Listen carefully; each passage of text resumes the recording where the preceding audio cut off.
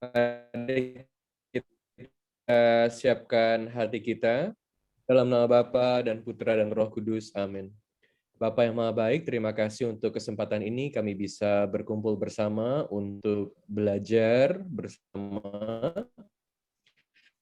Berkatilah agar acara malam hari ini berjalan dengan lancar demi Kristus Tuhan dan pengantara kami. Amin. Amin. Terima kasih, Romo. Sama-sama. Doa pembukaan. Bapak, Ibu, Romo, pertemuan kita malam ini adalah merupakan lanjutan dari pertemuan kita Rabu yang lalu. Dengan agenda, kita akan mendengarkan arahan, guidelines, ataupun juga petunjuk dari teman-teman kita yang sudah menjadi reviewer atau menjadi asesor untuk proposal PKKM. Atau mungkin juga mereka menjadi reviewer juga untuk matching fund atau dana kemitraan. Forum ini kita selenggarakan dengan maksud dan harapan supaya perguruan tinggi kita masing-masing bisa mengajukan proposal PKKM dan bisa mendapatkannya. Itu harapan kita.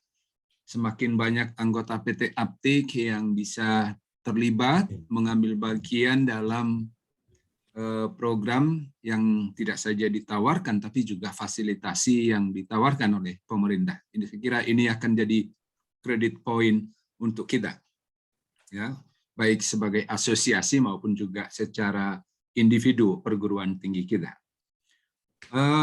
Terima kasih kepada narasumber yang sudah berkenan, yaitu para reviewer tadi. Ada Pak Kuncoro dari Universitas Katolik Widya Mandala Surabaya, ada Pak Sugi dari Universitas Atmajaya Jakarta, ada Pak Steve dari Universitas De La Salle Manado. Ya, terima kasih Pak Stefanus untuk berkenan hadir. Dan kemudian juga ada Ibu Sylvia dari Unpar.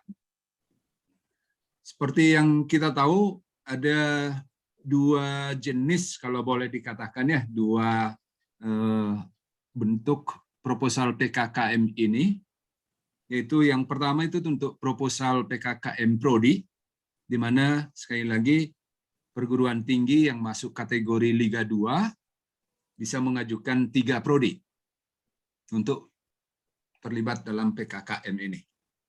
Selain prodi juga yang kedua yaitu ISS, Institutional Support System, yang awalnya sepengetahuan saya memang untuk mendukung perguruan tinggi dalam membangun sistem informasi yang akan mendukung pelaksanaan PKKM di perguruan tinggi masing-masing. Tetapi tentu juga terbuka untuk ISS ini untuk pengembangan PKKM, MBKM di luar 3 prodi yang dimungkinkan tadi. Begitu Ibu Bapak semua, selain ketiga 4 narasumber, juga kita mengundang teman-teman Bapak Ibu yang barangkali menjadi penanggung jawab Kampus Merdeka, implementasi Kampus Merdeka di perguruan tinggi masing-masing, dan juga yang barangkali menjadi ketua program studi yang akan mengajukan proposal PKKM ini. Sangat berharap bahwa forum ini akan sangat beneficial, sangat useful, sangat membantu kita untuk mencapai tujuan tadi. Dan barangkali juga harapan nih, nggak usah lama-lama begitu ya Romo ya, Ibu Bapak, sampai jam 8.30 kita sepakat ya. Ya. Sepakat. Nah, untuk itu mungkin kita perlu berbagi waktu begitu. Silakan Pak Steve dulu, Pak Sugi, Pak Kun atau Ibu Silvi, monggo mangga diatur ya. Siapa dulu ya, karena intinya kemudian saya kira adalah untuk saling melengkapi informasi ataupun juga petunjuk yang boleh kita cermati dan syukur-syukur bisa membantu kita dalam pengajuan proposal ini. Monggo Pak. Ya, silakan yang muda dulu aja, Pak Steve mungkin. Ya, saya terakhir aja. Kalau masih perlu, kalau sudah lengkap saya nggak perlu lah. Langsung aja jawab saja. Ya, kan pasti sudah baca. Silakan Pak Steve. Baik, terima kasih. Terima kasih. Selamat malam untuk semua para romo, para suster, Selamat malam, Bapak Ibu Malam. yang hadir di Zoom meeting. Pak Mangadar, apa saya izin boleh share screen? Sangat boleh Pak, monggo. Pak Widi yang pegang kuncinya, hostnya.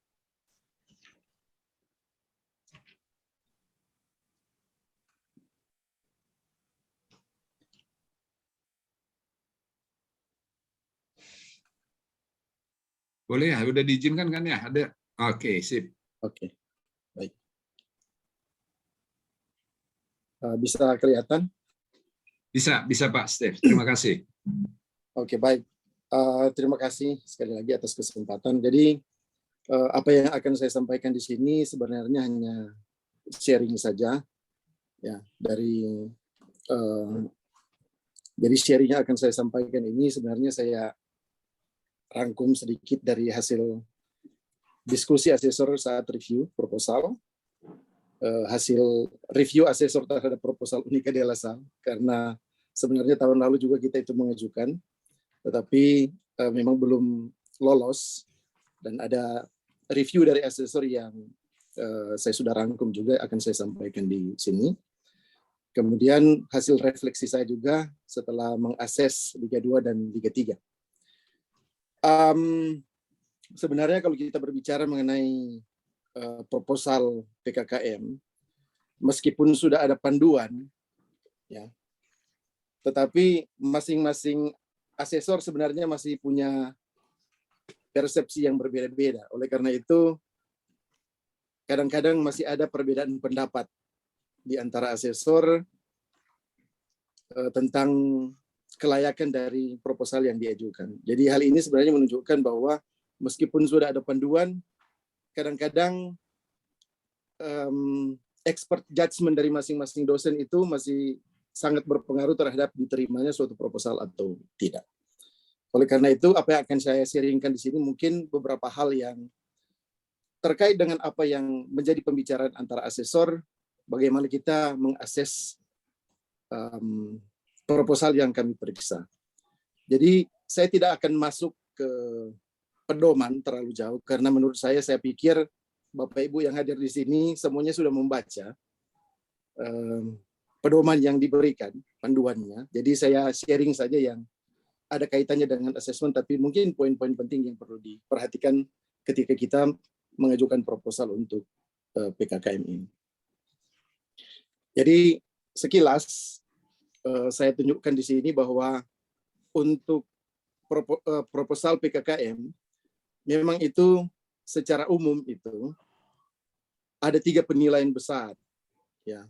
Memang dan dibagi 2 ya, untuk program studi maupun yang ISS MBKM.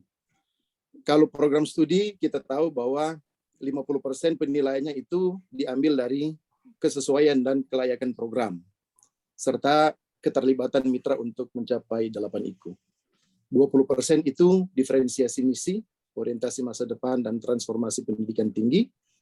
Kemudian yang 25%-nya lagi itu rekam jejak dan kapasitas institusi dan prodi untuk peningkatan kualitas akademik dan IKU. Nah, ini untuk yang program studi. Sedangkan untuk yang penilaian ISS, penilaiannya itu diambil dari 3 kategori ini. Yang 50% itu kesesuaian usulan program untuk implementasi MBKM, mencapai IKU, kemudian komitmen PT, melaksanakan dan menjamin keberlanjutan MBKM dalam rangka transformasi pendidikan tinggi, dan yang terakhir 25%-nya lagi untuk dampak target indikator kinerja terhadap ketercapaian IKU MBKM. Nah, dari 3 itu dipisah lagi menjadi 5 kategori, ya, yang kami para asesor akan berikan nilai. Ya, jadi dari 3 grup besar tadi, 3 komponen besar tadi dipisah lagi lebih rinci menjadi 5 kriteria penilaian. Dan inilah yang sebenarnya kami para asesor berikan nilai untuk proposal yang dimasukkan. Pertama itu kejelasan program atau aktivitas yang diusulkan, bobotnya itu 25%. Kemudian keterlibatan elemen terkait atau mitra. Ya. Mitra di sini sebenarnya elemen yang dimaksud sini bukan hanya mitra di luar program, di luar institusi, tetapi juga elemen internal, ya. Jadi bukan saja di luar, tetapi juga di dalam. Kemudian poin yang ketiga itu, kriteria yang ketiga yang dinilai itu kapasitas institusi dan mitra untuk melaksanakan program. Keempat itu kelayakan anggaran yang diajukan dan keberlanjutan program. Saya akan coba lihat ini satu persatu. Saya akan sharingkan. Tetapi sebelum itu saya akan mungkin berikan informasi sedikit mengenai ya pedoman umum lah ketika kita mengajukan proposal PKKM. Tentu saja ketika kita mengajukan proposal PKKM, beberapa hal ini memang perlu diperhatikan. Pertama itu kelayakan anggaran. Jadi anggaran sebaiknya memang dipikirkan dengan matang. Kemudian keberlanjutan program juga diperhatikan, kerapihan dokumen, ya, karena kita cuma manusia, kadang-kadang kalau rapi itu kadang-kadang mendapat nilai plus. Kelengkapan dokumen juga perlu diperhatikan, akurasi penulisan, konsistensi, dan struktur, ya, sesuai dengan pedoman yang diberikan. Nah, saya akan coba masuk ke yang 5 elemen, 5 kriteria tadi yang saya sampaikan. Yang pertama itu adalah kejelasan program dan atau aktivitas yang diusulkan. Jadi memang ketika kita membuat usulan program atau aktivitas harus mengacu pada pencapaian IKU. Jadi acuan program harus mengacu pada pencapaian IKU. Jadi kalau ada program yang sekiranya itu tidak mencapai di luar pencapaian IKU, mungkin sebaiknya dipertimbangkan atau digabung dengan program lain, di-merge dengan program lain yang ada kaitannya dengan capaian IKU. Kemudian terkait dengan kejelasan program dan aktivitas juga, karena memang program yang dibuat itu harus mencapai IKU, tetapi tidak semua IKU, ya, tidak semua 8 IKU ini harus diambil. Jadi lihat saja mana yang paling realistis terkait dengan pencapaian gap dari institusi dan program studi, dan mana IKU kira-kira yang membantu untuk transformasi pendidikan tinggi. Kemudian indikator kinerja harus berbasis outcome, bukan berbasis proses. Jadi terlebih di bab 3 itu adakan penjelasan mengenai aktivitas-aktivitas program studi dan ISS. Usahakan bahwa indikator kinerjanya itu harus berbasis outcome, minimal output. Jadi bukan indikator yang berbasis proses. Kemudian hindari kesamaan program yang ditawarkan di prodi yang berbeda. Jadi dari pengalaman kami kadang-kadang ada program yang sama di masing-masing program studi. Jadi kalau memang ada program yang sama yang ditawarkan di masing-masing program studi, sebaiknya ditarik saja menjadi program dalam skala institusi, ya, dalam skala universitas, supaya tidak terjadi double funding. Kemudian indikator kinerja sertai dengan metode pengukuran yang jelas. Jadi ketika kita memberikan indikator kinerja, sebaiknya ukurannya jelas. Jadi misalnya luaran penelitian, ya, luaran penelitian publikasi misalnya internasional di internasional bereputasi. Jadi ukurannya jelas. Jadi misalnya berapa yang mau dicapai dari program ini. Setelah program ini, aktivitas ini dilakukan, berapa yang mau dicapai. Misalnya 10 misalnya.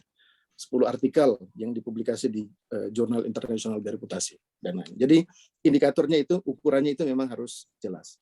Kemudian aktivitas yang diusulkan memiliki orientasi masa depan.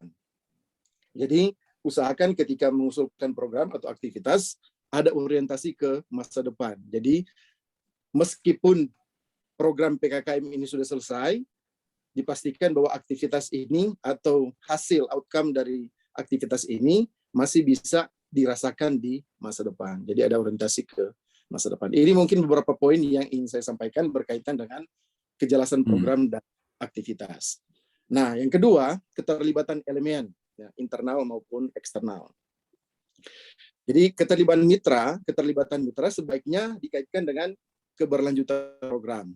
Jadi ketika kita menggait mitra untuk program yang akan kita laksanakan, upayakan agar mitra tersebut itu ada kaitannya dengan program yang berkelanjutan yang akan kita buat. Ya, jadi mitra bukan hanya sekedar misalnya tahun ini program ini dan selesai. Jadi upayakan mitra itu berkelanjutan agar penilaiannya lebih maksimal. Kemudian keterlibatan mitra sebaiknya dilengkapi dengan dokumen pendukung MOU atau PKS. Jadi ketika melibatkan mitra sebaiknya memang sudah ada MOU dan PKS supaya kita tahu pasti bahwa mungkin kegiatan ini memang aktivitas ini akan jalan. Karena kalau MOU dan PKS-nya belum ada, kadang-kadang menimbulkan tanda tanya apakah memang akan jalan atau tidak program yang diusulkan. Kemudian yang ketiga, keterlibatan mitra sebaiknya menunjukkan hubungan yang saling menguntungkan. Jadi bermanfaat ke dua belah pihak. Jangan sampai kita melibatkan mitra tetapi untungnya cuma di PT misalnya, tetapi mitra tidak ada manfaat. Jadi usahakan ketika ada program yang melibatkan mitra, manfaatnya itu untuk dua belah pihak, ya, bukan hanya sepihak. Jika memungkinkan, kerjasama industri disertai dengan upaya penyerapan lulusan untuk jangka waktu tertentu. Jadi ketika kita bermitra dengan industri, kalau bisa ada klausal di situ yang mengatakan bahwa ada penyerapan lulusan, ya, di PKS atau MOU yang ditandatangani antara mitra dan PT. Kemudian keterlibatan dan peran elemen-elemen internal dalam implementasi PKM harus tampak. Oleh karena itu, ketika kita misalnya menyertakan penanggung jawab, siapa yang bertanggung jawab terhadap program atau aktivitas yang kita usulkan, biasanya di situ bukan hanya menuliskan nama, tetapi juga dituliskan posisinya sebagai apa. Ya. Jadi dalam struktur perguruan tinggi misalnya posisinya sebagai apa? Apakah misalnya sebagai KPS, dekan dan lain-lain, atau kepala lembaga dan lain-lain. Kemudian poin yang ketiga, kriteria yang ketiga berkaitan dengan kapasitas institusi dan mitra untuk melaksanakan program. Tunjukkan rekam jejak dalam perolehan dan pengelolaan hibah pemerintah, ya, di tingkat univ, prodi, dan dosen. Jadi ketika menarasikan tentang rekam jejak PT maupun prodi, usahakan dicantumkan di situ. Kira-kira misalnya hibah-hibah dari pemerintah apa-apa saja yang sudah didapat, baik itu dalam tingkat universitas, prodi, ataupun pribadi dari dosen masing-masing yang ada di program studi. Tetapi tentu saja tidak terbatas pada hibah yang diterima oleh pemerintah. Ya. Kalau ada hibah-hibah lain yang dari pemberi dana lain, bisa juga disampaikan di situ. Kemudian tunjukkan rekam jejak mitra dalam kerjasama dengan PT. Jadi usahakan ketika menjelaskan mengenai mitra yang dari luar perguruan tinggi, rekam jejak dari mitra terkait dengan kerjasama yang sudah dilaksanakan sebaiknya dicantumkan. Ya. Jadi tentu saja poin akan mungkin lebih maksimal diberikan oleh para reviewer ketika mitra yang dicantumkan dalam usulan program itu memang sudah mempunyai rekam jejak sebelumnya. Jadi mungkin sudah ada proyek-proyek terdahulu yang dilakukan antara mitra dan PT. Nah, itu akan memberikan nilai lebih. Ya. Kemudian kelayakan anggaran.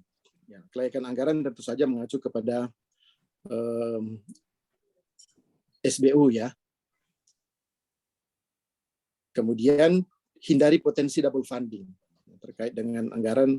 Nah, seperti yang tadi, kalau misalnya ada anggaran-anggaran atau program-program yang dianggarkan yang sama kira-kira di program studi yang satu dengan program studi yang lain, usahakan ditarik saja ke tingkat yang lebih tinggi supaya pendanaannya itu tidak double. Kemudian keberlanjutan program. Implementasi MBKM sebaiknya tertuang dalam keputusan pimpinan tertinggi untuk menunjukkan komitmen yang kuat. Jadi sebaiknya ketika ada program-program terkait dengan MBKM, ada surat keputusan dari pimpinan tertinggi, ya, rektor atau direktur, untuk menunjukkan bahwa memang ada komitmen dari PT untuk melaksanakan MBKM. Kemudian komitmen dana pendamping dapat menjadi faktor penunjang keberlanjutan juga.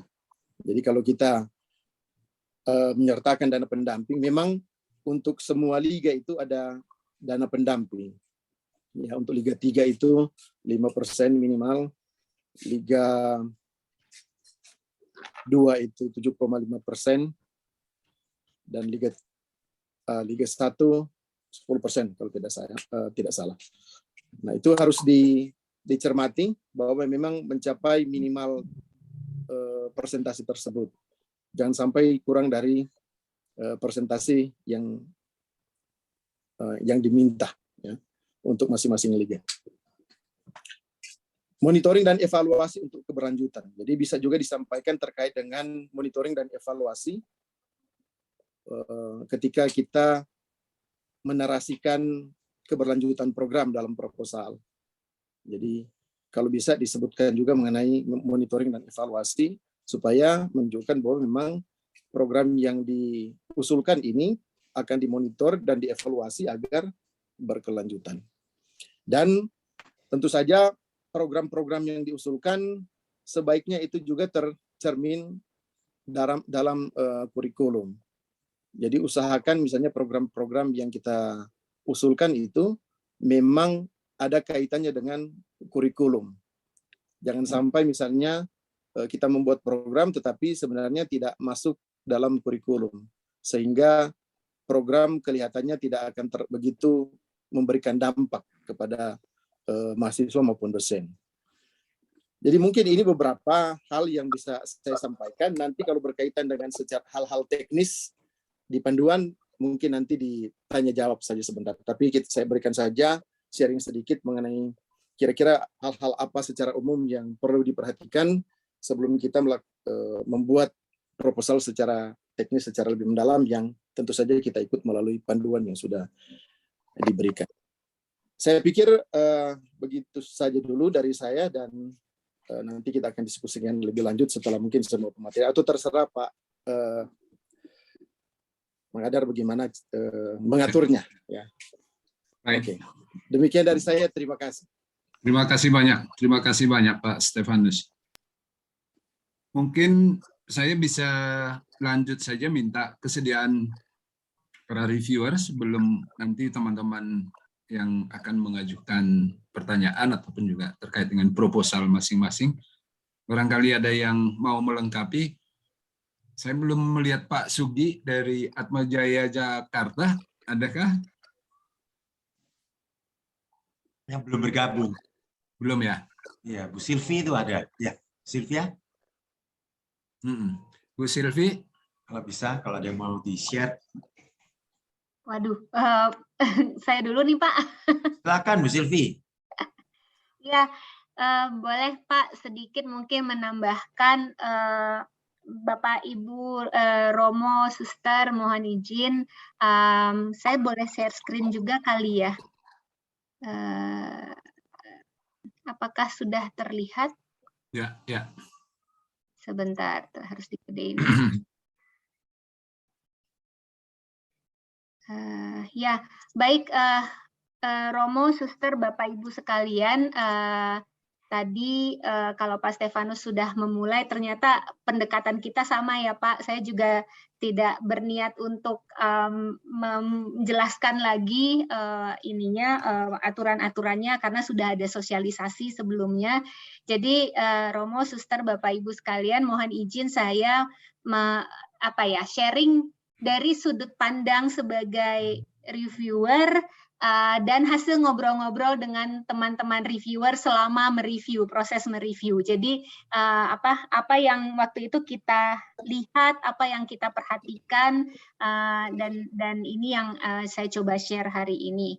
Dan oleh karena itu saya bikin disclaimer, ini berbasis pengalaman. Tadi Pak Stefanus sudah mengatakan walaupun sudah ada panduan, tapi sangat tergantung dengan persepsi dari masing-masing reviewer gitu. Jadi mohon ini dilihat sebagai acuan saja. Nah, sedikit saya mengambil ini dari materi sosialisasi PKKM 2022. Ada 2 tujuan, mewujudkan aspirasi masing-masing perguruan tinggi dan mendorong potensi capaian 8 IQ. Di penjelasannya itu juga ada 2, inisiasi transformasi pendidikan tinggi dan meningkatkan mutu dan relevansi pendidikan tinggi dengan memfasilitasi aspirasi, inovasi, dan semangat aktivitas akademika. Yang ingin saya sampaikan di sini adalah kedua hal ini itu adalah and, bukan or. Jadi jangan salah satu, tapi keduanya.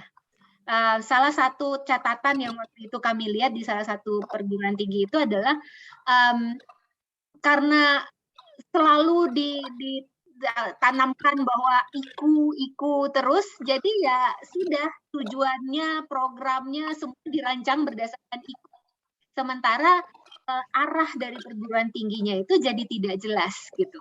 Jadi tidak ada gitu. Programnya pun bahkan adaptasi dari IQ-nya gitu. Jadi tidak kelihatan kekhasan dari universitasnya itu. Oke. Kemudian setuju dengan Pak Stefanus harus rapih karena jangan sampai viewernya bete duluan gitu kan. Aduh, Pak Mangada, saya mohon izin kebiasaan di kampus, jadi saya gaya bicaranya agak santai ya, suster, Bapak Ibu, mohon maaf tidak bermaksud tidak sopan. Tapi ya jangan sampai tidak rapi, typo, kesalahan, bahkan kalau boleh jujur saya pernah menemukan proposal yang hasil bukan hasil copy paste, hasil mengganti dari proposal orang lain. Dan itu langsung kelihatan karena perguruan tingginya ada di daerah, tapi terus student body-nya di atas Unpar. Saya langsung, serius ini memungkinkan gitu. Jadi daripada begitu mending nggak usah submit kalau kata saya, karena itu langsung jadi reputasi perguruan tinggi sendiri gitu. Kemudian pola tiap bagian mirip. Jadi kalau tadi Pak Stefanus mengatakan jangan sampai ada program yang sama, kalau dari format kalau bisa itu rapih gitu. Jadi jangan prodi A style pembahasannya begini, prodi B style pembahasannya begitu gitu. Repetisi itu akan lebih diapresiasi karena rapih. Batas halaman mohon dipatuhi Bapak Ibu, Romo, suster sekalian, karena kalau misalnya sampai ratusan, nah itu beban buat reviewernya dan itu merubah moodnya juga gitu. Jadi sesuai dengan aturan gitu. Mudah dibaca dan mudah dipahami, bahasanya diupayakan yang mudah dipahami. Kemudian keterkaitan antara bagian dan antara prodi dan ISS dengan tujuan dengan uraian universitas itu harus terlihat jelas sekali, begitu. Nah, saya meletakkan ada beberapa prinsip mendasar. Pertama adalah kekhasan. Jadi di uraian tentang perguruan tinggi itu usahakan bahwa kekhasan dari perguruan tinggi itu dan kemudian di prodi itu benar-benar terlihat, karena itu salah satu cara untuk mendeteksi bahwa ini memang adalah bagian dari upaya perguruan tinggi untuk mencapai tujuan yang diinginkan. Kemudian harus ada kebijakan yang melandasi dan mendukung. Jadi kalau misalnya nanti perguruan tinggi Bapak Ibu Romo suster sekalian itu ada sampai ke tahap studi analis kunjungan lapangannya, Maka sesi pertama itu adalah dengan pimpinan. Lalu akan ditanya bahwa bagaimana visi pimpinan tentang ini. Nah, itu akan dicek apakah sesuai gitu. Nah, di proposal juga itu harus terlihat gitu, bahwa arahnya kemana, lalu akan lebih baik lagi kalau memang sudah ada SK atau keputusan rektor atau semacamnya yang sudah melandasi itu, yang melandasi arah transformasi itu gitu. Jadi hitam atas putihnya ada. Kebaruan tentu saja, dan ini yang biasanya sulit, analisa kesenjangan. Atau kalau kita ngajarin ke anak-anak mahasiswa skripsi itu gap, research gap gitu. Kita ada di mana, kita ingin kemana, lalu apa yang perlu kita butuhkan untuk mencapai itu. Itu perlu sekali terlihat gitu. Kemudian visibility, mungkin nggak program yang diusulkan itu diselesaikan. Beberapa rekan yang sedang mempersiapkan sudah mulai berhitung. Sekarang bulan Mei, lalu seleksinya kapan, dana cair kapan, lalu laporan akhir November sudah harus siap-siap laporan. Nah, maka program seperti apa yang bisa dilakukan dalam rentang waktu tersebut gitu. Dan tadi setuju dengan Pak Stefanus, resiprokal, jangan hanya menguntungkan PT saja, jangan hanya bagaimana mahasiswa kita bisa magang di perguruan tinggi tersebut, tapi resiprokal. Jadi dudinya akan mendapatkan manfaat apa dari kita gitu. Nah, ini yang biasanya sulit ditemukan, jarang yang bisa menunjukkan hubungan langsung dengan dudi dan bagaimana bisa saling menguntungkan. Ini sudah tadi saya lewat saja bahwa tidak semua IKU harus ditarget. Nah, terminologi itu perlu dipahami sekali. Saya ambil contoh dari yang tahun lalu karena tahun ini saya belum diikutkan untuk penyamaan persepsi karena yang saya review tahun lalu kayaknya nggak lanjut. Jadi yang tadi siang katanya hanya yang lanjut ke tahun kedua gitu. Nah, tahun lalu itu adalah tenaga ahli itu seringkali diartikan sebagai dosen tamu. Padahal sebenarnya tenaga ahli itu lebih ke coaching atau misalnya kita mengundang expert dari luar lalu stay dengan perguruan tinggi kita untuk waktu yang cukup lama bersama-sama mengolah sesuatu. Nah, itu tenaga ahli gitu. Sementara kalau dosen tamu yang sekali datang itu beda lagi istilahnya. Nah, istilah seperti itu kalau tidak dipahami di bagian budget nanti dianggap juga bisa menjadi masalah gitu. Jadi perlu digeser-geser. Jadi ini contoh saja untuk terminologi. Nah, untuk prodi, ini juga refleksi terhadap Unpar juga waktu itu masukan-masukannya diusahakan untuk prodi tidak untuk diri sendiri, jadi tidak untuk prodinya saja. Tapi ya kadang-kadang kan karena kita mepet ya, jadi tugas dibagi-bagi gitu ya. Masing-masing kerja sendiri-sendiri lalu disatukan gitu kan di dalam satu file. Nah, mungkin saran saya adalah disisakan sedikit waktu sebelum pengumpulan untuk ada yang memeriksa dari awal sampai akhir. Jadi kayak proofreading gitu Bapak Ibu Romo, Suster. Jadi sehingga terlihat benang merahnya gitu. Jadi jangan hanya untuk prodi tapi semua bermuara ke visi perguruan tinggi. Pertanyaan paling mudah itu adalah bagaimana kegiatan ini bisa mendukung visi perguruan tinggi. Tolong dibuktikan. Nah, itu pertanyaan paling standar yang bisa ditanyakan oleh reviewer tentang program. Kemudian usahakan pasaknya sesuai tiang. Saya tidak bilang pasak lebih besar daripada tiang. Kadang-kadang ada juga yang pasaknya lebih kecil gitu. Jadi diusahakan sesuai. Dan ini merupakan gabungan dari reputasi, aspirasi, pemahaman terhadap kemampuan perguruan tinggi dan prodinya, dan tantangan lingkungan. Jadi 4 ini paling tidak itu cocok gitu, masuk akal gitu. Jadi kalau reputasinya sudah di atas, tapi programnya biasa-biasa aja, itu bisa menjadi penyebab ditolaknya. Gitu. Atau misalnya reputasinya masih di bawah lalu tembakannya akreditasi internasional, nah itu impossible gitu kan. Jadi kesesuaian dan visibilitas dari program-programnya itu. Pemilihan mitranya juga sesuai, pengelolaan harus jelas dan realistis. Ya tadi juga sudah manfaat untuk budi. Nah ini yang biasanya disenangi oleh reviewer. Kalau merancang mata kuliah, merancang kurikulum, itu ada kata-kata kayak case method atau tim atau project based learning, hal-hal seperti itu. Dan tidak hanya sekedar ditulis tapi Bapak Ibu, tapi itu menjadi jiwa dari semua perubahan kurikulum itu. Nah, kalaupun misalnya ada prodi yang sudah reputasinya sudah bagus, sudah berjalan dengan lancar, apakah berarti nggak usah ikut gitu? Belum tentu gitu. Asal bisa dijelaskan kenapa masih perlu didanai.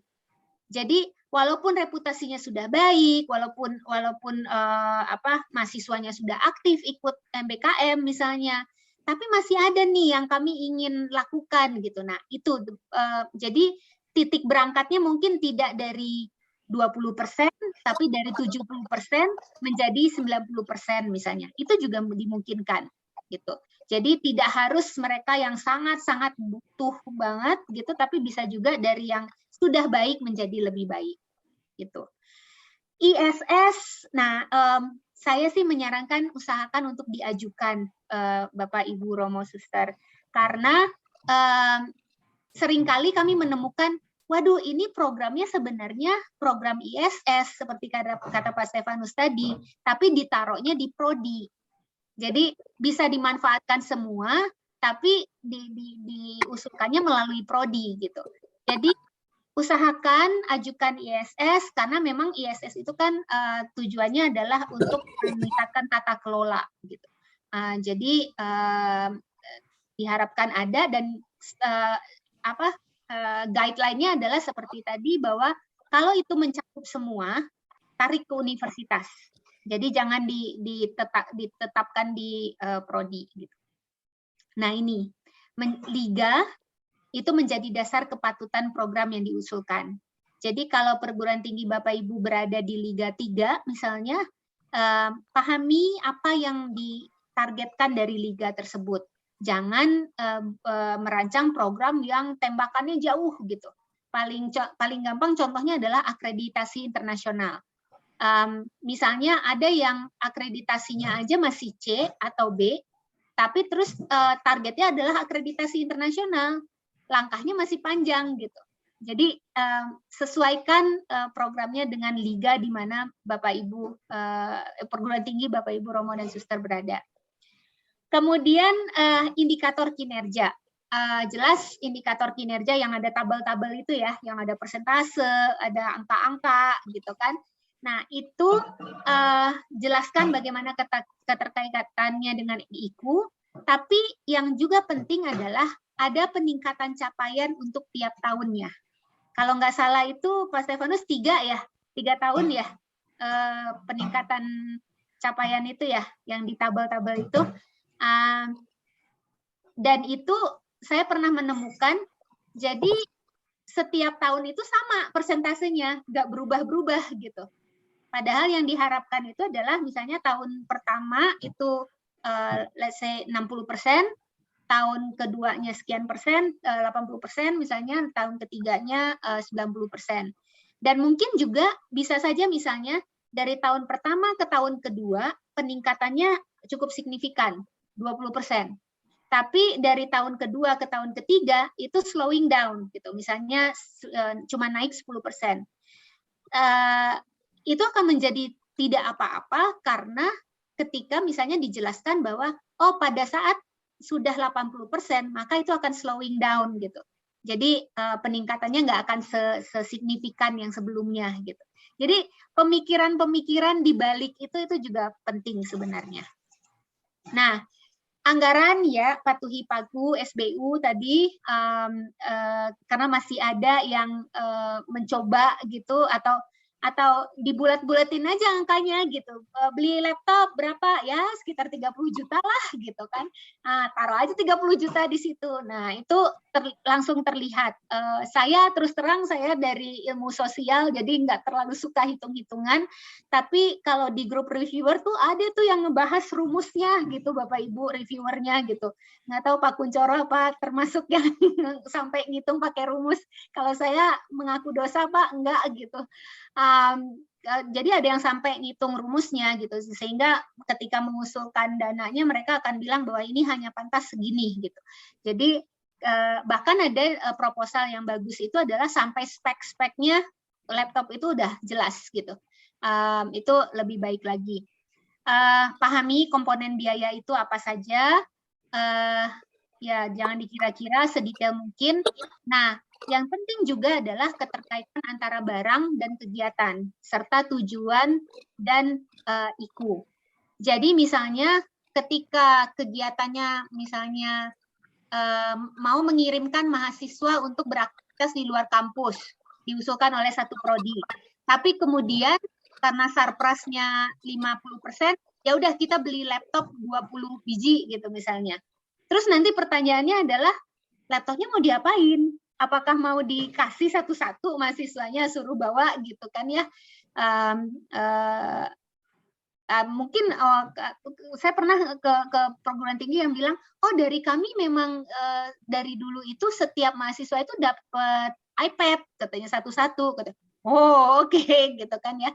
Tapi terus kalau misalnya misalnya mahasiswanya dapat laptop satu-satu untuk bekal magang, tapi nanti itu inventory universitas supaya bisa digunakan untuk tahun berikutnya misalnya. Tapi terus muncul pertanyaan sustainability, keberlanjutan. Apakah nanti universitas akan sanggup membelikan laptop lagi gitu untuk yang angkatan berikutnya gitu. Jadi logika anggarannya itu sebaiknya masuk gitu. Kenapa harus dibeli? Nah, rekam jejak prodi dan perguruan tinggi, pengalaman mengelola, reputasi, SWOT-nya juga harus jelas, pemahaman terhadap lingkungan, bagaimana posisi perguruan tinggi di lingkungan tempat dia berada gitu. Dan juga analisa terhadap mitra, reputasinya, rekam jejak kerjasamanya, tren perkembangan Dudi, itu juga perlu diperhatikan. Timeline juga harus realistis, waktu, sumber daya, mitra. Saya pernah membaca proposal yang programnya banyak, tapi penanggung jawabnya dia lagi gitu. Lalu kita muncul pertanyaan, ini nggak ada orang lain lagi selain Bapak ini gitu. Oh iya bapak ini yang akan bertanggung jawab, lalu dia nggak akan ngajar, dia nggak akan penelitian, dia nggak, jadi pasti akan bertanyanya ke arah situ gitu. Jadi kalau bisa bagi-bagi tugas. Nah, benang merah paling tidak yang bisa dilihat itu adalah dari visi turun ke uraian pimpinan tentang arah transformasi, lalu terkait juga dengan SWOT-nya, pemilihan mitranya yang sesuai, lalu program yang diusulkan apa, dan kemudian didukung dengan budget atau anggaran yang seperti apa. Ini benang merah yang ingin kita lihat di proposal-proposalnya. Dan yang terakhir tentu saja keberlanjutan. Setelah PKKM itu akan diapakan. Itu dulu Pak Mangadar dari saya, kurang-kurangnya mohon maaf. Terima kasih Romo, Suster, Bapak Ibu. Terima kasih Ibu Sylvia. Semakin lengkap atau semakin menegaskan ya beberapa hal yang saya kira menjadi pencermatan para kita-kita yang akan mengajukan hibah PKKM ini. Pak Kun, monggo Pak Kun. Saya kira cukup Pak. Iya. Sudah. Waktunya nggak cukup untuk tanya jawab. Sudah lengkap ya? Ya, saya rasa sudah lengkap. Nanti saya tambahkan kalau pas ada pertanyaan aja ya. Oke, monggo, atur nuhun. Ya. Baik. Pertanyaan aja. Ibu Bapak, Romo, Suster, Frater, monggo seandainya ada yang perlu penjelasan atau klarifikasi untuk pengajuan proposalnya. Silakan. untuk langsung kita tanyakan atau ditanyakan kepada para narasumber kita yang sudah melanglang buana ya sebagai reviewer atau asesor proposal PKKM. Pak Wahyu Krisnanto, ada Pak Novianto. Pak Wahyu, monggo Pak, supaya kita juga saling mengenal satu sama lain, boleh memperkenalkan diri juga ya. Monggo Pak Wahyu yang pertama.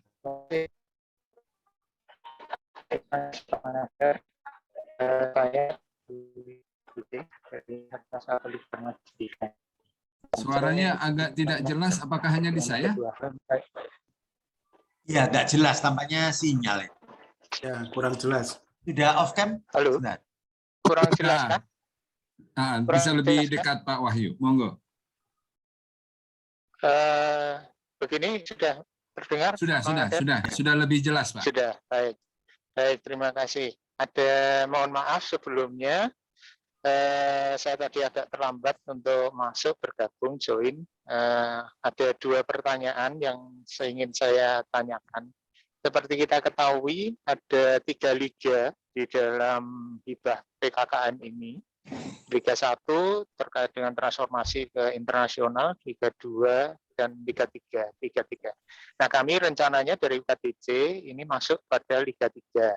Demikian. Nah, terkait dengan hal itu kan kami memiliki program, Bapak, memiliki program untuk melakukan studi summer course. Begitu, summer course namun di UST. Demikian. Nah, apakah hal itu dimungkinkan kalau kami melakukan summer course ke tentunya perguruan tinggi UST ini ada di Filipina. Demikian. Apakah dimungkinkan? Apakah itu tidak dianggap sebagai Liga 1 kalau seandainya kami mau melakukan demikian. Nah, yang kedua ini terkait dengan pendanaan. Apakah nanti kami ini perlu membuka rekening tersendiri untuk bisa menerima atau menampung hibah tersebut? Nah, karena kami halo. Ya, lanjut Pak, lanjut. Lanjut. Ya, terima kasih. Nah, kami sementara ini kan untuk rekening itu hanya 1 di tingkat yayasan. Demikianlah, apakah nanti kalau seandainya kami lolos, demikian, apakah kami perlu untuk membuka rekening tersendiri untuk menampung dana tersebut? Demikian Pak Mangadar. Terima kasih. Terima kasih Pak Wahyu. Kita lanjut dulu dengan Pak Novianto ya sebelum nanti dijawab oleh Pak Stefanus atau Bu Sylvia atau Pak Kun. Pak Novianto, silakan Pak. Ya, baik Pak. Selamat malam. Apakah suara saya bisa terdengar jelas Pak? Sangat jelas. Baik, terima kasih Pak. Nah, saya dari Atmajaya Yogyakarta. Mohon maaf, izin tidak nyalakan kamera karena di sini sedang hujan ya, jadi sinyalnya tidak terlalu baik. Nah, pertanyaan saya adalah terkait dengan ISS MBKM pada PKKM yang kedua ini. Nah, tadi disampaikan bahwa ada baiknya bahwa mitra itu telah ya, mitra yang diajukan itu sudah ada rekam jejak atau sudah ada semacam MOU terlebih dahulu, baru mitra itu layak ya untuk didorong atau dimasukkan dalam program ini. Tetapi kalau kita memperhatikan pada PKKM yang kedua ini, khusus ISS MBKM itu sepertinya kok ada arahan dorongan untuk membangun atau membuat mitra-mitra baru. Nah, sebagai salah satu indikator kinerja ISS. Nah, dalam hal ini khusus ISS MBKM, apakah memang dimungkinkan mengajukan suatu program kegiatan untuk menjalin mitra baru yang memungkinkan untuk pelaksanaan MBKM. Jadi sejak awal itu memang belum ada MOU sama sekali. Nah, justru dengan adanya PKKM ini kita bisa gunakan untuk membangun kemitraan bersama dengan mitra-mitra yang coba disasar dalam program ini. Nah, mungkin Sementara itu saja dulu, Pak. Terima kasih banyak. Terima kasih Pak Novianto ya tentang kemitraan untuk Dudi yang baru dalam PKKM ISS ini. Pak Kun? Ya, baik. Saya coba ya menjawab. Dari Pak Wahyu ya, dari Pak Wahyu. Monggo. Baik. Jadi untuk bayangan saya untuk summer course itu saya bayangkan ya, nanti koreksi kalau salah, mahasiswanya ke Filipina 1 semester, 4 bulan, 20 SKS, mudah-mudahan ya, kalau tidak sudah pasti tidak boleh ya. Tapi itu pun kalau bicara komponen biaya itu untuk luar negeri tidak bisa ya, untuk mahasiswa. Itu hanya dalam negeri untuk bantuan insentif mahasiswa. Insentif mahasiswa untuk luar negeri itu terbatas untuk kompetisi internasional ya. Sedangkan untuk mengikuti kegiatan-kegiatan semacam outbound students itu ataupun magang tidak bisa untuk luar negeri ya. Sedangkan dosen masih dimungkinkan ya. Tetapi sangat selektif tentu ya. Artinya ya harapannya ke perguruan tinggi di dalam daftar QS 100 by subject ya, pembuat kelas. Kalau yang biasa-biasa, apalagi yang kelasnya tidak terlalu tinggi, tentu tidak eligible dalam sisi kualitas ya. Tapi dari sisi komponen biaya, dosen masih bisa untuk luar negeri. Tapi bukan untuk studi banding ya. Jadi ini adalah dalam konteks dia di IKU 3 ya, dosen untuk anu. Kemudian mengenai ISS MBKM itu sangat dimungkinkan untuk menjalin kemitraan baru. Saya tadi sama dengan Bu Sylvie itu sungguh merekomendasikan untuk mengajukan program ISS ya. Tapi memang untuk bisa ISS masuk harus minimum 1 prodi yang lolos ya. Kalau tidak ada prodi yang lolos dari meskipun mengusulkan 3 tidak lolos ya, ISS ikut tidak lolos ya. Jadi prinsipnya ISS itu adalah membangun sistem. Memang tidak serta-merta prodi-prodi mengusulkan kemudian kalau lebih dari 1 prodi kemudian diusulkan di ISS saja, ya tentu tidak bisa. Jadi sesuai namanya, maka ini adalah institutional support system. Jadi artinya dia tingkat institusi yang memang dilihat dari semangatnya, kalau lihat laser pointer saya adalah membuat MBKM itu bisa jalan gitu. Bahkan yang luar biasa kan, ini sebenarnya ISS ini membuat mahasiswa yang bukan pengusul, bukan prodi pengusul bisa ikut program MBKM. Ya, dengan 8 modanya itu. Ya, salah satunya tentu pertukaran mahasiswa, tapi ada banyak yang lain kan, penelitian di LIPI, mengajar di desa, kemanusiaan, kewirausahaan, ya banyak sekali. Ya, dan itu memungkinkan mahasiswa-mahasiswa kita di luar prodi pengusul itu ini yang ngelola, ISS ini yang ngelola. Tapi di luar itu dia tidak boleh ada program workshop kurikulum, tidak boleh. Ya, dia harus program-program yang kaitannya silakan lihat di tabel 9 ini IKT dari mereka. Jadi semuanya adalah membangun kebijakan. Ada SK Rektor, ada manual prosedur, ada instruksi kerja, ada borang-borang dokumen kelengkapan yang memang dibutuhkan. Dan itu kan generik. Prodi apapun kalau ini sudah ada, maka multiplier effect-nya, karena salah satu yang dilihat kan multiplier effect. Apalagi kalau dia bermain di Liga 3. Jumlah prodinya kan sangat terbatas. Tapi begitu ISS masuk, dia bisa membawa seluruh prodi di universitas itu. Kalau yang prodi pengusul kan MBKM-nya ikut dananya di prodi. Tapi kalau yang prodinya bukan pengusul, maka dananya ikut di ISS untuk memberangkatkan mahasiswa-mahasiswa kita, terutama kebanyakan di hibah insentif untuk tadi yang ditanyakan Pak Wahyu ya, jadi di insentif mahasiswa. Nah, jadi dia banyak ketersediaan panduan. Nah, salah satu yang kemitraan itu ini. Jadi identifikasi mitra, kemudian template untuk dokumen kerjasama. Karena itu ini tidak selalu harus kantor penjaminan mutu, bisa saja kantor kerjasama internasional, kantor kerjasama. Jadi diharapkan ya kalau bisa tidak tim ad hoc, tetapi ada existing structure untuk menjamin yang namanya keberlanjutan. Karena kalau dia hanya tim ad hoc, ya ketika program selesai bubar jalan.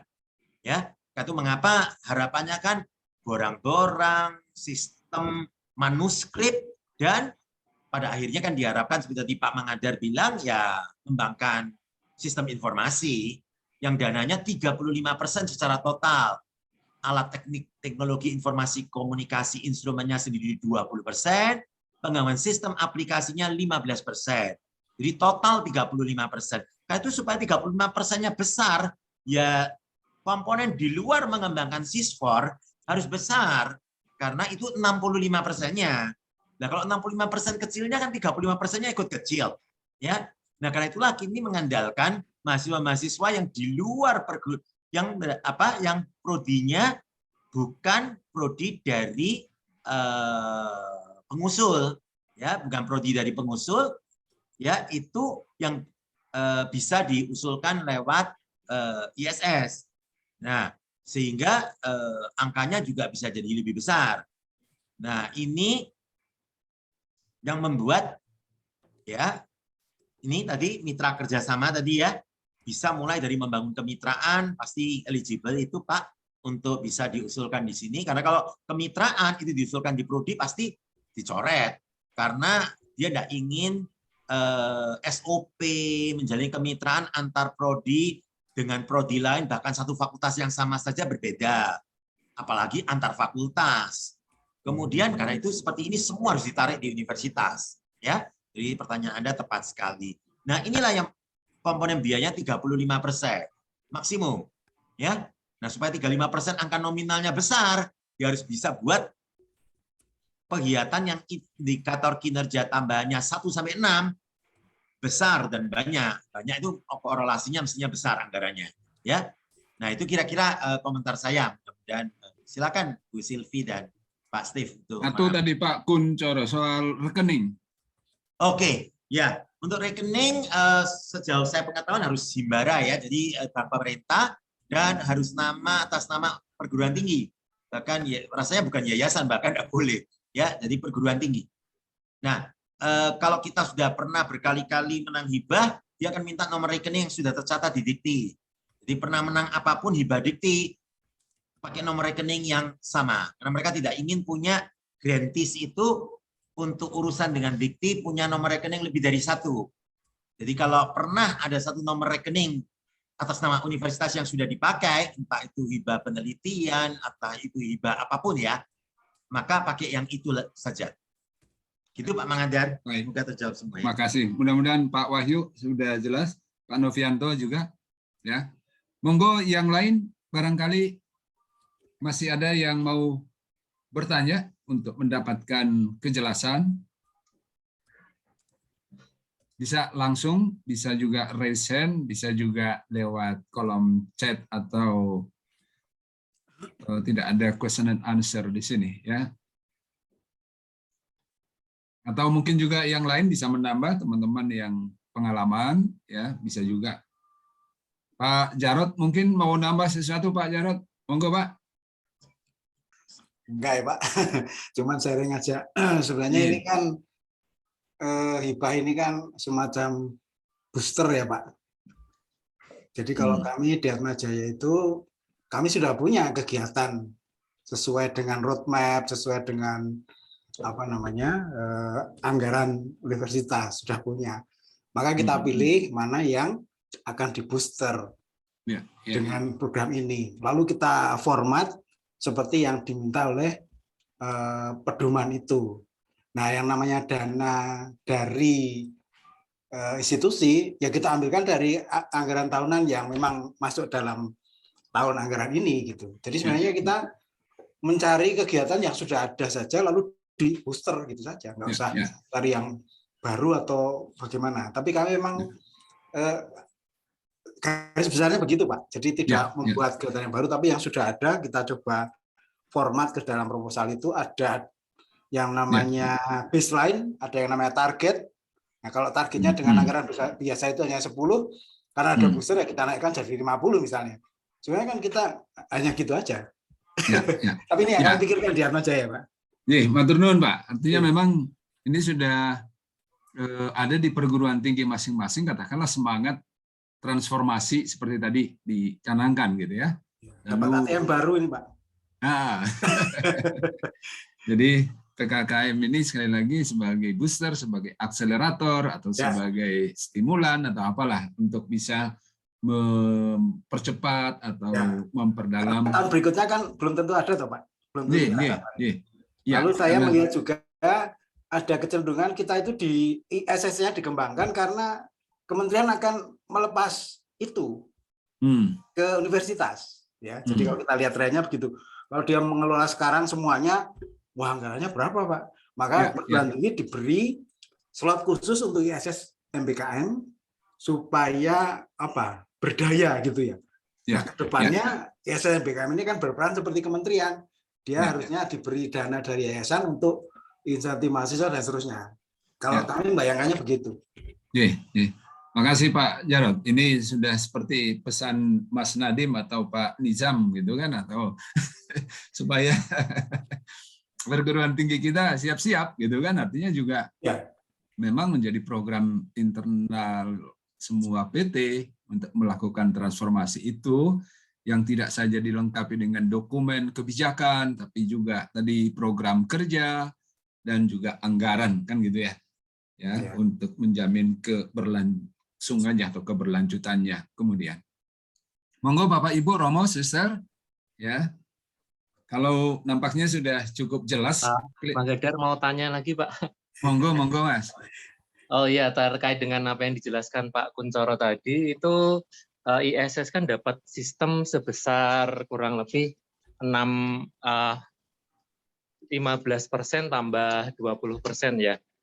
Nah, untuk 35%. 35%. Nah, itu 35% nanti jatuhnya itu dari total anggaran yang jatahnya 2M atau dari 35% itu dari total ISS yang diajukan atau yang dari 2M itu, Pak? Dari total ISS yang diajukan. Oh, berarti bukan dari plafonnya. Total 2M itu bukan. Ya. Itu mengapa kalau banyak prodi, yang paling susah itu kan sebenarnya internal sebenarnya lebih pada. Yaitu tadi kalau mereka, karena kan yang diakui untuk bisa dapat insentif mahasiswa dan diakui kredit itu kan 20 SKS. Nah itu kan yang dosen-dosen setengah dewa ini sangat sulit untuk diyakinkan. Oleh karena itulah mengapa ketika kurikulumnya belum direkonstruksi dan kemudian dia pulang tidak diakui 20, maka itu semua tidak eligible Pak untuk program pemerintah. Nah karena itu tantangannya memang meskipun tadi prodi-prodi dapat kesempatan, tetapi ya mereka takut-takut kalau dikena target, misalnya rektor bilang tiap prodi minimal sumbang 555. Semester kan harus gasal ini nanti Pak ya, gasal 22, 23 kan. Semua minimal tiap prodi 55 semua kirim. Yang tidak mengirimkan proposal, tidak menjadi prodi pengusul misalnya. Itu namanya buah si malakama, dia bilang.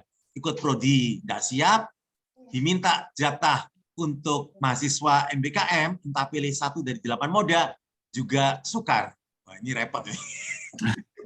Itulah ya, memang tantangan. Ya. Atur nuwun, makasih. Ya, terima kasih Pak Kuncoro.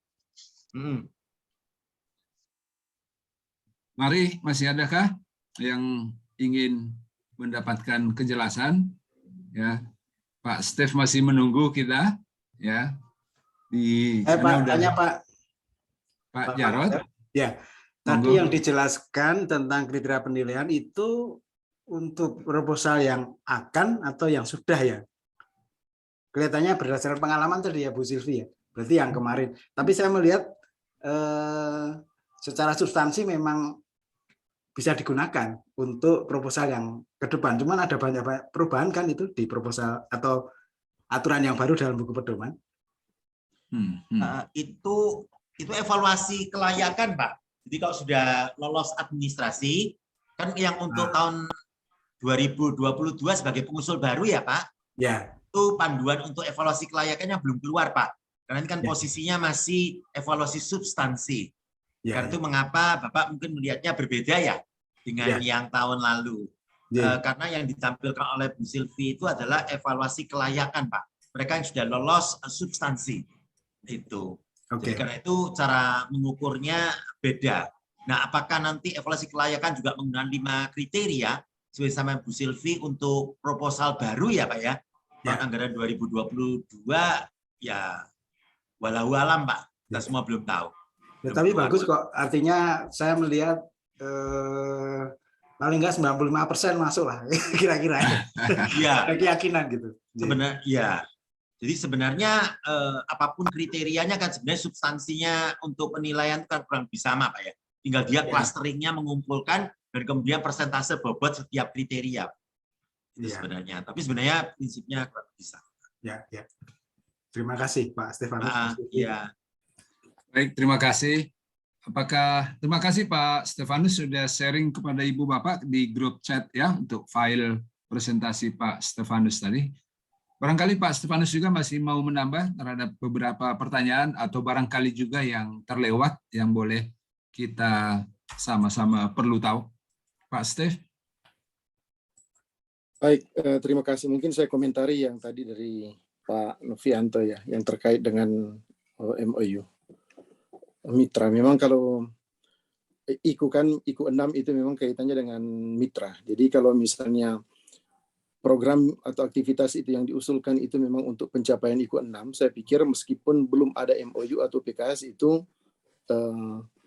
oke-oke saja ya. Tetapi kalau untuk program atau aktivitas di luar IKU 6, saya pikir MOU dan PKS itu kelihatannya kewajiban ya, keharusan. Karena apa? Karena kita memang harus memastikan bahwa program itu memang benar-benar akan terlaksana. Karena kalau misalnya kita bilang kita akan melakukan sesuatu, melakukan program ini bersama dengan ini, tetapi belum diikat dengan dasar hukum, takutnya nanti itu tidak berjalan, gitu ya, tidak bisa di. Jadi mungkin tidak apa-apa, tetapi kami sendiri dari asesor akan berpikir bahwa ya masih ragu-ragu lah. Masih ragu untuk memberikan nilai maksimal ketika misalnya kita tahu bahwa memang perlu mitra, tetapi di situ belum diikat dengan MOU atau PKS. Mungkin itu saja sedikit tambahan dari saya terkait dengan mitra ya. Terima kasih. Dudinya Pak ya. Baik. Terima kasih. Monggo Ibu Bapak, teman-teman semua. Kalau sudah tidak ada pertanyaan kan berarti kan sudah siap lah, besok hari Senin sudah pada upload ya. Mang Adar. Ya, silakan mau nambahkan sesuatu atau mau share juga slide-nya tadi di grup boleh. Saya justru mau request ke Pak Kuncoro atau ke Pak Stefanus, mungkin yang belum kita bahas itu adalah bagian kontribusi perguruan tinggi kali ya. Itu apa ya, biasanya itu tuh yang ragu-ragu gimana nih bentuknya, apakah in kind boleh, yang seperti itu. Saya tidak terlalu yakin, tapi silakan mungkin Pak Stefanus atau Pak Kuncoro bisa sharing. Kontribusi PT. Ya, bagaimana yang 5% itu ya, 5%, 7,5%.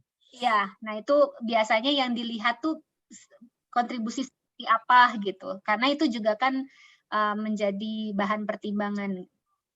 Kalau Pak Jarod sudah aman karena sudah ada di RKA. Ya, dan itu nanti kami tulis di proposal, Bu. Nah, ya. Ditulis. Jadi terus terang yang tadi kami diskusikan itu dituliskan dalam bentuk judulnya dan angkanya. Minimal itu. Ya. Ya, tadi kami sudah koordinasi, beberapa prodi yang mengajukan sudah kami lihat pola proposalnya ya. Sudah memenuhi kriteria kelihatannya Pak Stefanus, Bu Silvia. Semoga. Terima kasih. Ya. Pak Stef mau nambahkan?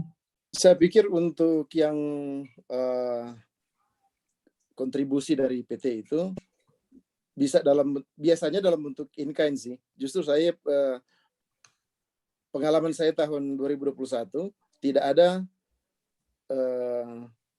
dana kontribusi dari PT yang memang dalam bentuk cash begitu. Kebanyakan dalam bentuk in-kind. Jadi saya pikir cash ataupun in-kind itu boleh-boleh saja. Dan memang kalau kita lihat di panduan memang tidak diatur juga sih. Yang penting itu 5% itu misalnya untuk Liga 3 itu ya tercapai ya.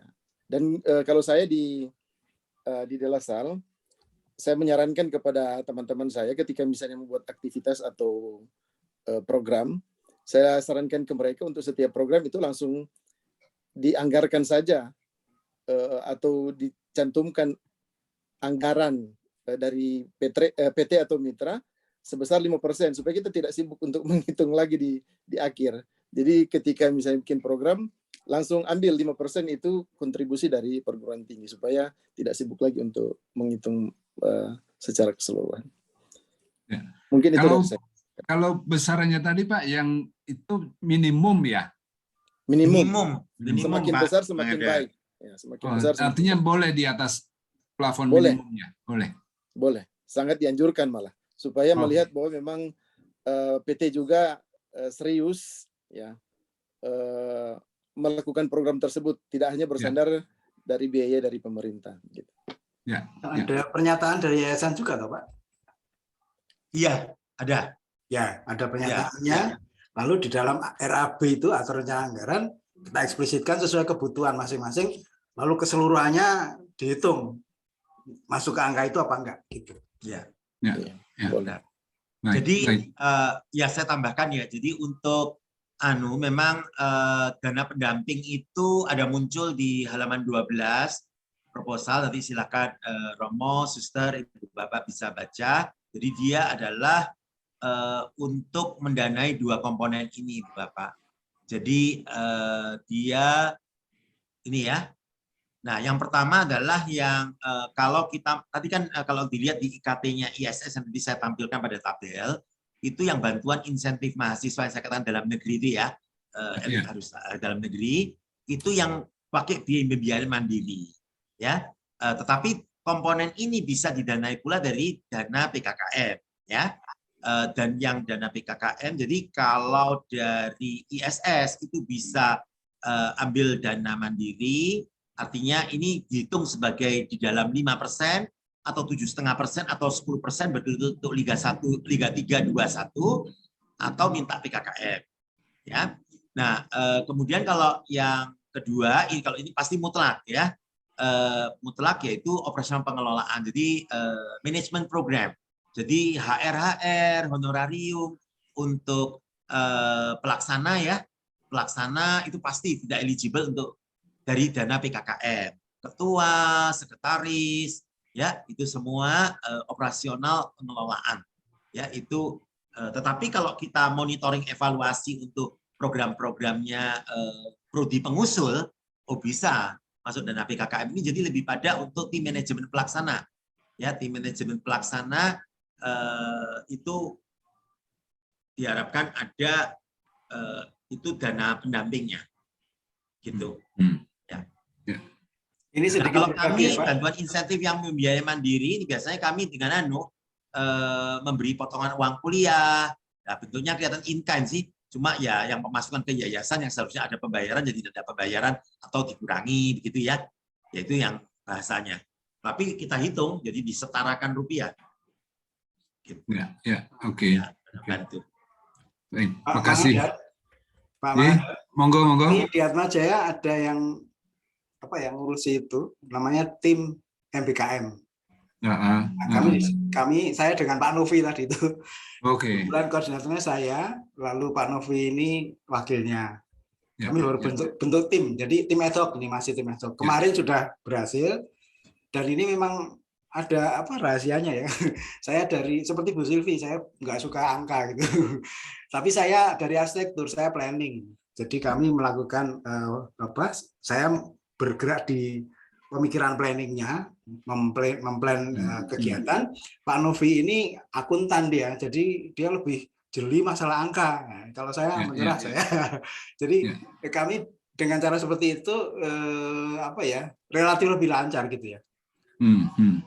Ya, bagus. Maka lalu yang tim MBKM Center ini yang sekarang di booster menjadi ISS MBKM. Kemarin masih tim ad hoc. Ini kami coba arahnya ke sana. Ya. Bagus Pak, bisa diadopsi teman-teman juga. Baik,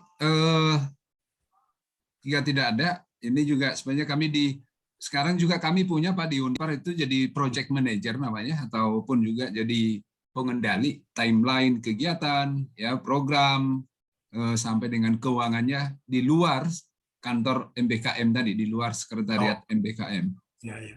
Jadi ini jadi project manajernya harus betul-betul memantau ininya, di kedisiplinan dari sisi waktu, dari sisi program, dari sisi anggaran gitu. Ya. Maunya begitu sih Pak Jarod. Jadi saya kira kita bisa saling mendukung satu sama lain dalam hal ini.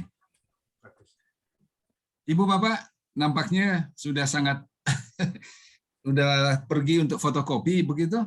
Ya, fotokopi kan tinggal di-upload aja gitu. Nggak tahu kalau kameranya dimatiin itu sedang mengupload ya proposal.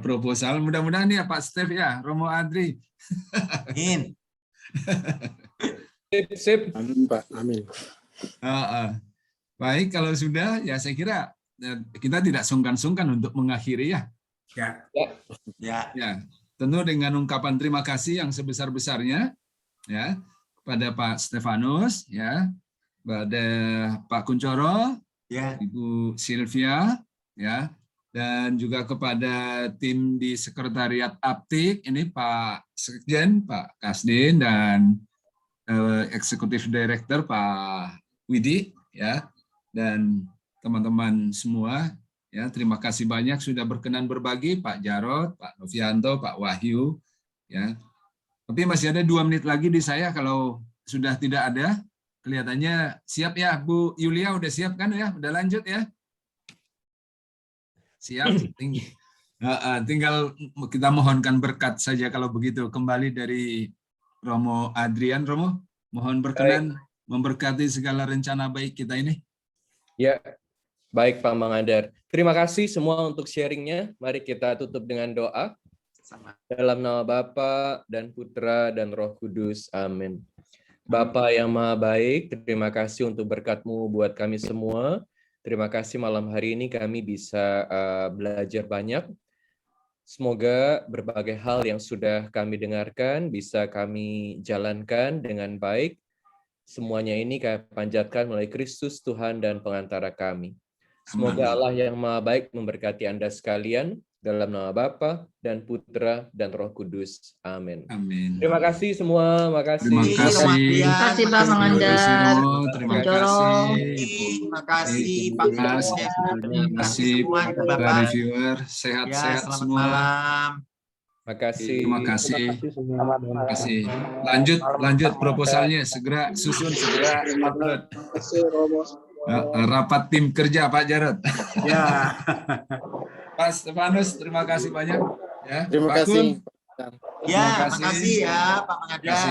Ya, salam buat keluarga ya. Pak Widi, Terima kasih. terima kasih Mas Widi. Ya. Monggo diamankan. Makasih ya. Mohon izin ya, Liv. Matur nuwun, makasih. Ya, makasih.